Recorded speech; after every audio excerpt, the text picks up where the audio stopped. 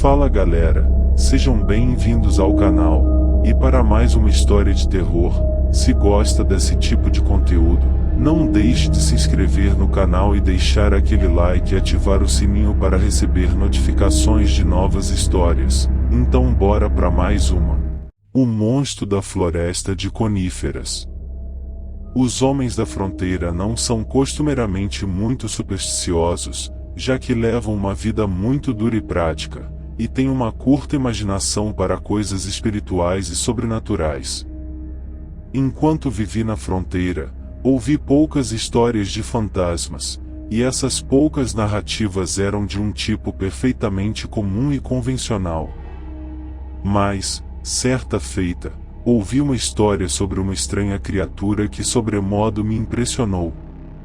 Foi um velho caçador das montanhas, engrisalho e castigado pelo tempo, chamado Balma, que, tendo nascido e passado a vida inteira na fronteira, me contou a história. Balma devia mesmo acreditar no que me narrou, pois com dificuldade logrou reprimir um calafrio em certos pontos da história.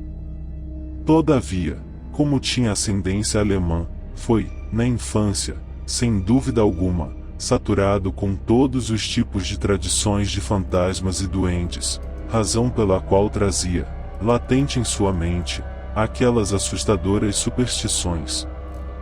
Além disso, Bauman conhecia bem as histórias, contadas pelos pajés dos acampamentos de inverno, sobre as entidades que caminham na neve, os espectros e os malignos seres amorfos dedicados a assombrar as profundezas das florestas, e a rastrear e perseguir os andarilhos solitários que, após o anoitecer, transitam pelas regiões onde se refugiam. É mesmo possível que, vencido pela terrível sina que se abateu sobre seu amigo, e oprimido pelo terrível pavor do desconhecido, tenha ele passado a atribuir um caráter sobrenatural ao que seria apenas uma fera selvagem anormalmente perversa e astuta, de modo que essa atribuição, concebida na época dos acontecimentos, impregnou as suas lembranças. Mas se realmente foi assim, ninguém pode dizer. Quando ocorreu o incidente, Balma ainda era jovem. Fazia, na ocasião, com um companheiro, uma caçada com o emprego de armadilhas, entre as montanhas que separam a cabeceira do rio Wisdom das bifurcações do Salmão. Não tendo tido muita sorte, ele e o seu companheiro decidiram enveredar por uma passagem particularmente selvagem e solitária, por onde corria um pequeno riacho em que, dizia-se, havia muitos castores. A passagem tinha uma má reputação porque, no ano anterior, um caçador solitário, que havia vagado por ela, foi provavelmente morto por uma fera. Uns garimpeiros, que haviam passado por seu acampamento na noite anterior, encontraram seus restos mortais meio devorados. A memória desse acontecimento, todavia, pesava muito levemente na mente de dois caçadores que, como é frequente entre os de sua espécie, eram tão aventureiros quanto obstinados. Balma e seu companheiro levaram seus dois mirrados pôneis montanheses até a abertura da passagem para a floresta, deixando-os num prado aberto, habitado por castores.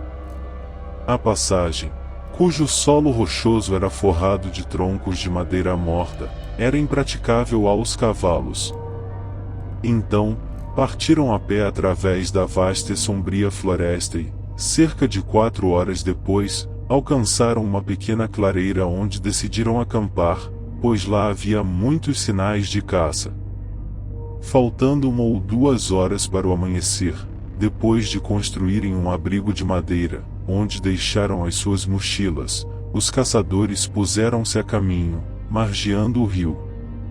Dada a quantidade de madeira tombada no caminho, a região, muito densa, era de difícil trânsito, embora a floresta sombria fosse interrompida intermitentemente por pequenas clareiras cobertas pela vegetação montanhesa rasteira. Ao anoitecer, retornaram ao acampamento na clareira. Esta tinha poucas jardas de largura e os pinheiros e abetos, altos e próximos, erguiam-se em torno dela como uma parede. De um lado havia um pequeno riacho, para além do qual se erguiam as encostas íngremes das montanhas, cobertas pela floresta perene, em contínuo crescimento. Os caçadores surpreenderam-se ao descobrir que, durante a sua ausência, algo, e aparentemente um urso, havia visitado o acampamento, vasculhado as suas coisas, espalhando o conteúdo de suas mochilas, e por pura devassidão, destruído o abrigo que tinham erigido. As pegadas do animal eram bastante claras, mas, a princípio, eles não lhe prestaram especial atenção, ocupados que estavam em reconstruir o abrigo, refazer os leitos, organizar as provisões e acender o fogo. Enquanto Bauman preparava a refeição, já estando escuro, seu companheiro passou a examinar os rastros mais de perto. Tirou, assim, um graveto do fogo para seguir a trilha, refazendo o percurso do intruso ao deixar acampamento. Quando o lume do graveto se apagou, ele voltou e tomou outro, repetindo a inspeção das pegadas bem de perto.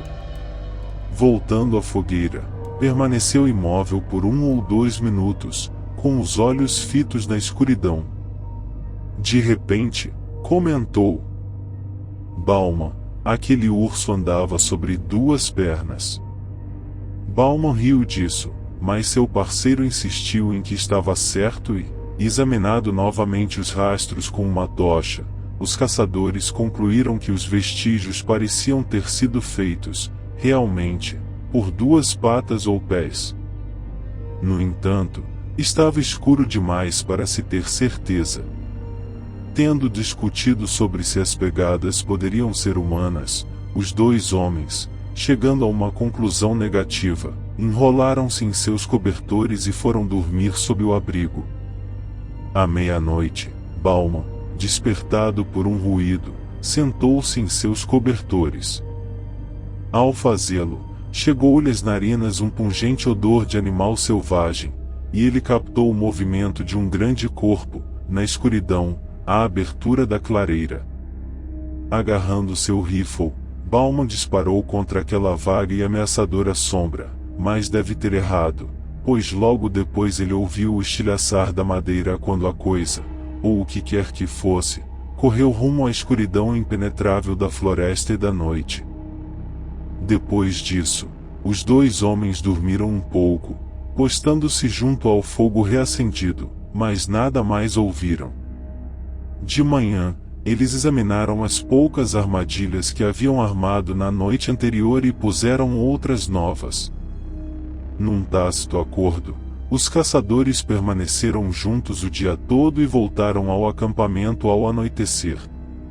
Ao se aproximarem, eles viram, sem grande surpresa, que o abrigo havia sido derrubado novamente. O visitante do dia anterior havia retornado e, com desenfreada malícia, havia revirado os apetrechos de acampamento e os cobertores, e destruído o abrigo. O chão, marcado pelos seus rastros, permitia concluir que o visitante, ao deixar o acampamento, percorrera a terra macia junto ao riacho. Lá, as pegadas eram tão claras que pareciam impressas na neve e, após um exame cuidadoso, revelaram que o ente que as produziu caminhava mesmo sobre 2 pernas. Deveras preocupados, os homens juntaram uma grande pilha de toras de madeira morta e mantiveram acesa a fogueira durante toda a noite, enquanto, sentados, montavam guarda, em revezamento, a maior parte do tempo. Por volta da meia-noite, a coisa desceu a floresta, atravessou do riacho e permaneceu na encosta por quase 1 hora. Os caçadores podiam ouvir os galhos estalando enquanto ela se movia e, várias vezes, a coisa emitiu um gemido áspero, ríspido e prolongado, produzindo um som peculiarmente sinistro. No entanto, não se aventurou a aproximar-se da fogueira. De manhã, os 2 caçadores, após discutirem os estranhos acontecimentos das últimas 36 horas, decidiram que carregariam suas mochilas e deixariam o vale naquela tarde. Pesava nesta decisão a evidência de que, apesar dos bons sinais de caça, pouquíssima pele de animais haviam obtido até então. Todavia, era necessário, primeiro, seguir a linha de suas armadilhas e recolhê-las, e foi o que eles se dispuseram a fazer. Durante toda a manhã, permaneceram juntos, recolhendo armadilha após armadilha, todas elas vazias. Assim que deixaram o acampamento, tiveram a desagradável sensação de que eram seguidos.